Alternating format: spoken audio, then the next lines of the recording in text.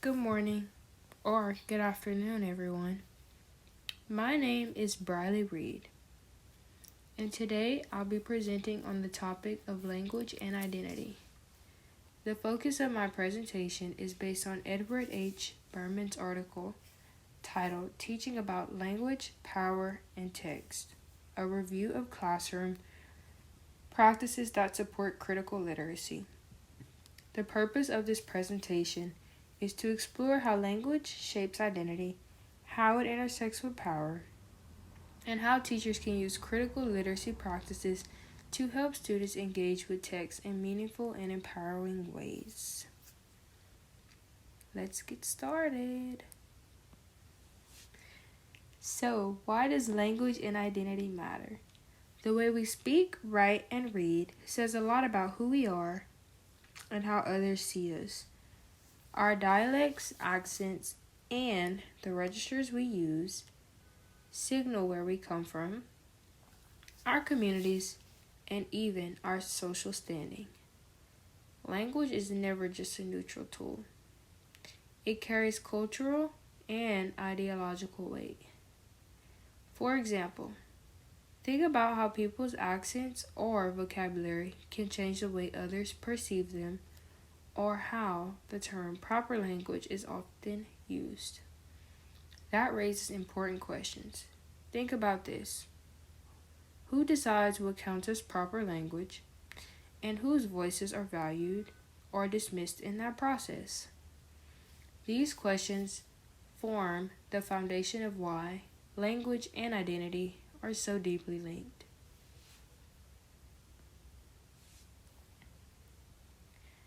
The article source we're focusing on today is Teaching About Language, Power, and Text, a review of classroom practices that support critical literacy.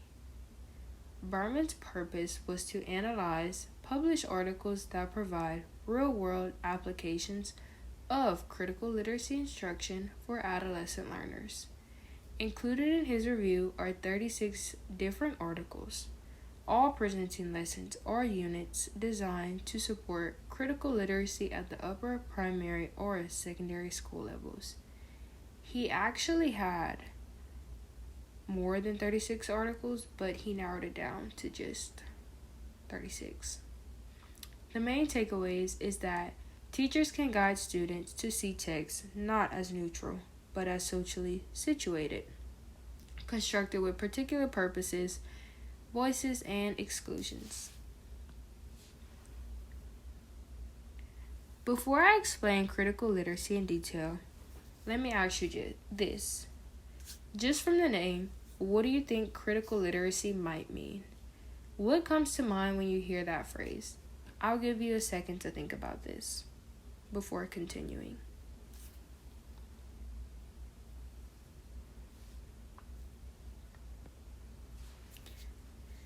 Critical literacy is an instructional approach that pushes students to go beyond simply understanding words on a page. It encourages them to actively analyze text, to act what messages are embedded within, and to uncover what perspectives are being included or left out. Here are some key components of critical literacy. 1. Language use reflects and reinforces power structures. 2. Texts are not neutral. Every author includes some voices and excludes others. 3. Students should be aware of how they are positioned as readers and writers. And 4. Critical literacy is not a formula. It depends on context, culture, and goals. It is important to note that critical literacy isn't a formula you can apply the same way in every classroom.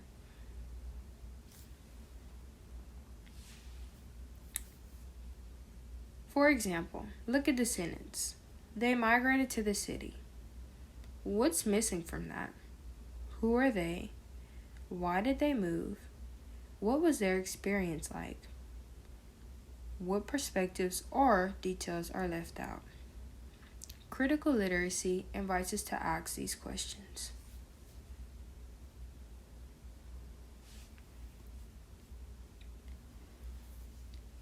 Berman identified 6 main classroom practices that support critical literacy. 1. Reading supplementary text. 2. Reading multiple texts. 3. Reading from a resistant perspective. 4. Producing countertext. 5. Conducting student choice research projects. And 6. Taking social action.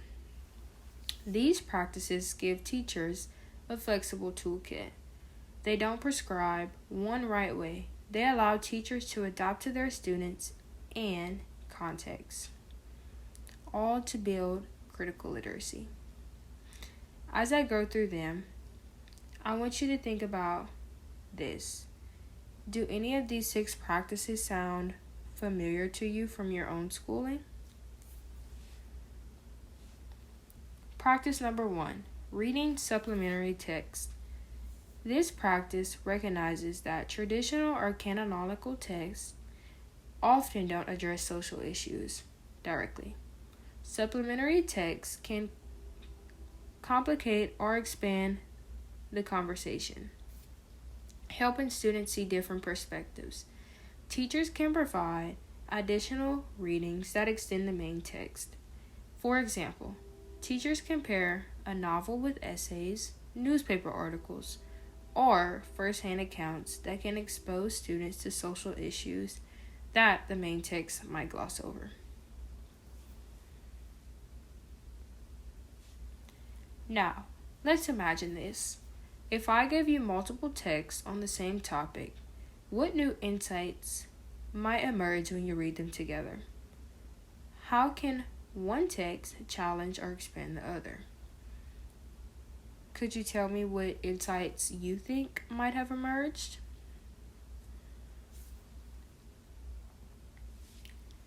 Practice number 2, reading multiple texts. This practice has students examine 2 or more texts on the same issue or event. The goal is to compare, contrast, and triangulate the information being read throughout multiple texts. The big outcome is that students begin to understand that no single text tells the whole story. Every source has its limits, and meaning comes into clearer focus when we put them side by side. Let's compare the 2 short articles about the same subject. Here's the article from the Holocaust Encyclopedia website. The United States Holocaust Memorial Museum defines the years of the Holocaust as 1933 to 1945. The Holocaust era began in January of 1913 when Adolf Hitler and the Nazi Party came to power in Germany. It ended in May of 1945 when the Allied powers defeated Nazi Germany in World War II. The Holocaust is also sometimes referred to as the, Shoah, the Hebrew word for catastrophe. Now, let's take a look at our second article from the history website. The Holocaust was the state-sponsored persecution and mass murder of millions of European Jews, Romanian people, the intellectually disabled, political dissidents, and homosexuals by the German Nazi regime between 1933 and 1945. The word Holocaust, from the Greek words holos, whole, and kaustos, burned, was historically used to describe as sacrificial offering burned on an altar. So, I want you to think about this. What's missing from each of the articles? How does the tone shape the way we read? And when comparing the 2, does one feel more credible than the other? This shows the power of reading multiple sources critically. Both of these articles are on the same Holocaust, but they explain it in different ways.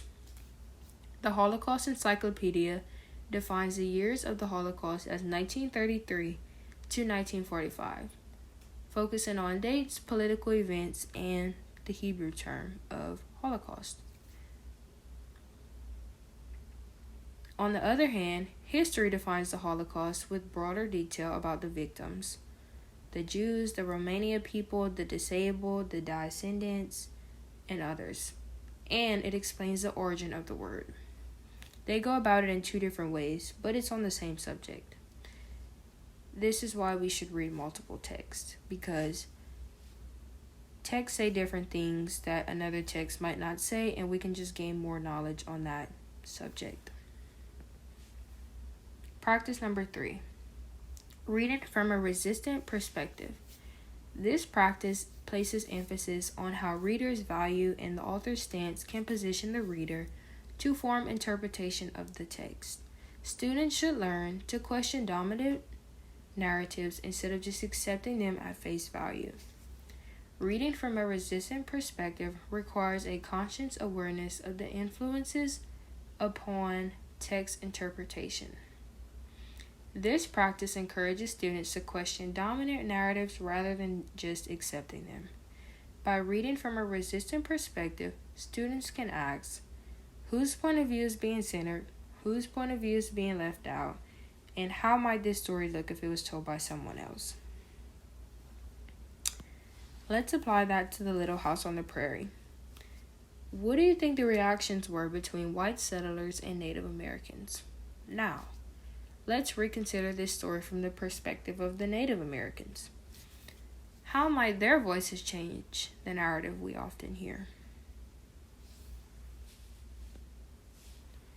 Practice number 4. Producing countertext.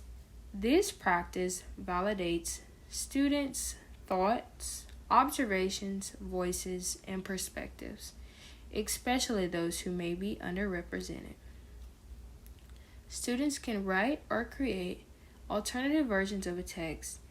Producing countertext gives them the space to rewrite, reimagine, or respond in a way that reflects their own identity and observations.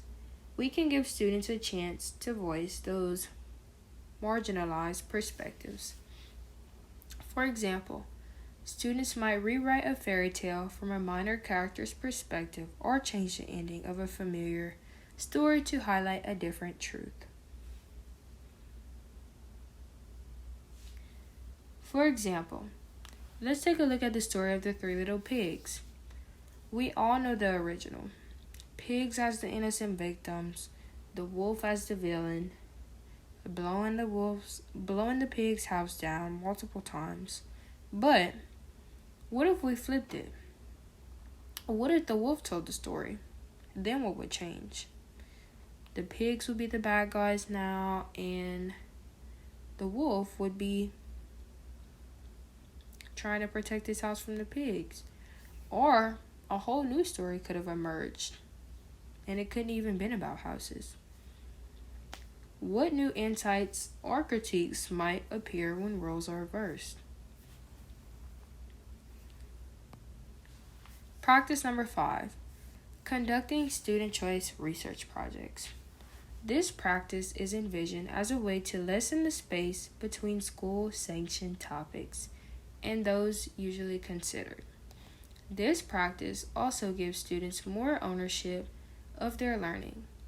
Instead of only researching teacher-assigned topics, students can choose an issue personally important to them and conduct research on it. By conducting research on something they care about, they not only deepen their literacy skills, but also connect their learning to their identities and experiences. That makes research more engaging and relevant. Students can gain more control over their own learning. Now, imagine you're given total freedom. You can pick any topic. What's a topic you'd want to research deeply? Something you're genuinely curious about or connected to.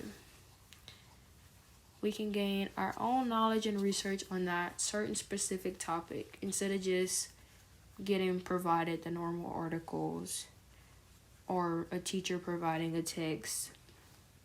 Us as students can go do that on our own and find our own knowledge on that certain topic, something that somebody else could Google, and they might have the same topic as you, but they're reading different articles and gaining their own different knowledge and perspective on that certain topic. Volunteers are welcome to share their ideas. Practice number 6, taking social action. This final practice of instruction reminds us that critical literacy is not just about thinking differently, but also about acting differently. This practice of instruction should not be limited to the promotion of personalized or internalized reconceptualizations. Students move beyond private reflection to real-world engagement. This practice requires students to become more involved as members of a larger community. This goes beyond the classroom into real-world change. For example, they might create awareness campaigns, write letters to decision makers, or start small projects that make a difference in their community. The key is connecting what happens in the classroom to what happens in the larger world.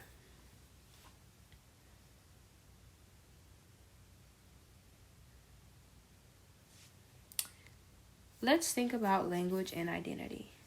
What's one small action you could take, let's say in your school, workplace, or community, something that would promote awareness or inclusivity? Even a small step can have a big impact. It's still something. Anything can help. Think about it. I'll give you a second.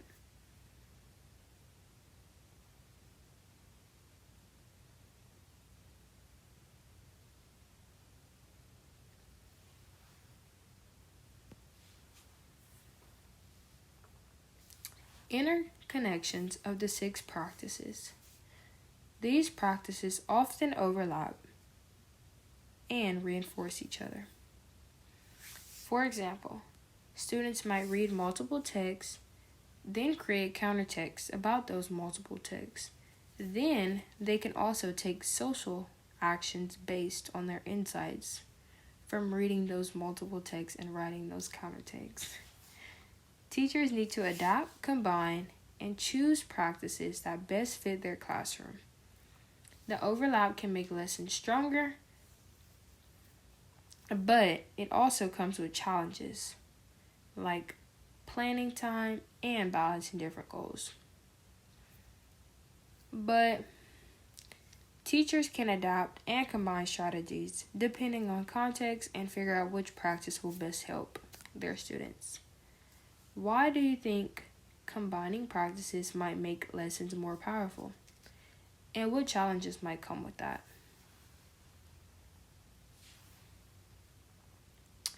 Critical literacy has a few key challenges.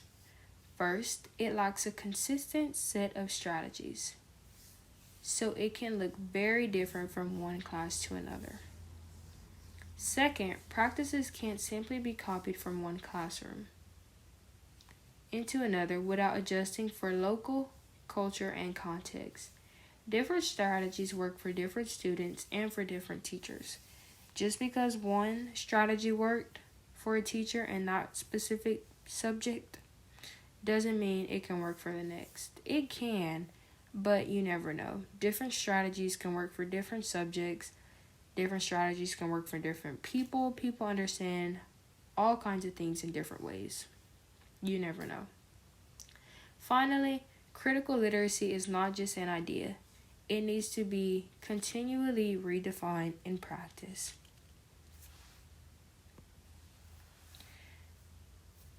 Students, which of these challenges will be the most significant in your opinion?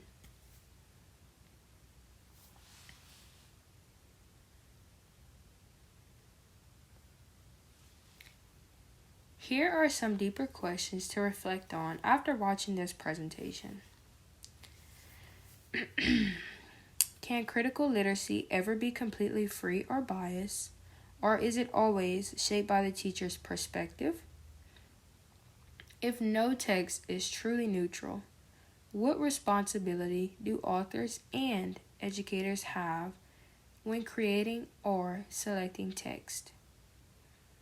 If identity is shifting and multiple, how can classrooms create space for all students' voices to be heard authentically? And out of any of the 6 practices, which would you try in your own context? Explain why. To wrap up, here are the main points. Language and identity are deeply connected to power. Berman's 6 practices offer adaptable tools. Critical literacy should balance critique and real-world action. A critical literacy agenda should encourage teachers and students to collaborate to understand how texts work, what texts intend to do to the world, and how social relations can be critiqued and reconstructed. Thank you for listening and engaging with these ideas today. My hope is that this presentation has shown you how language, identity, and power are intertwined, and how critical literacy practices can give us the tools to read and write the world more thoughtfully. I appreciate your time, and I am more than happy to hear your thoughts or answers to the discussion questions I have provided in this video. Thank you.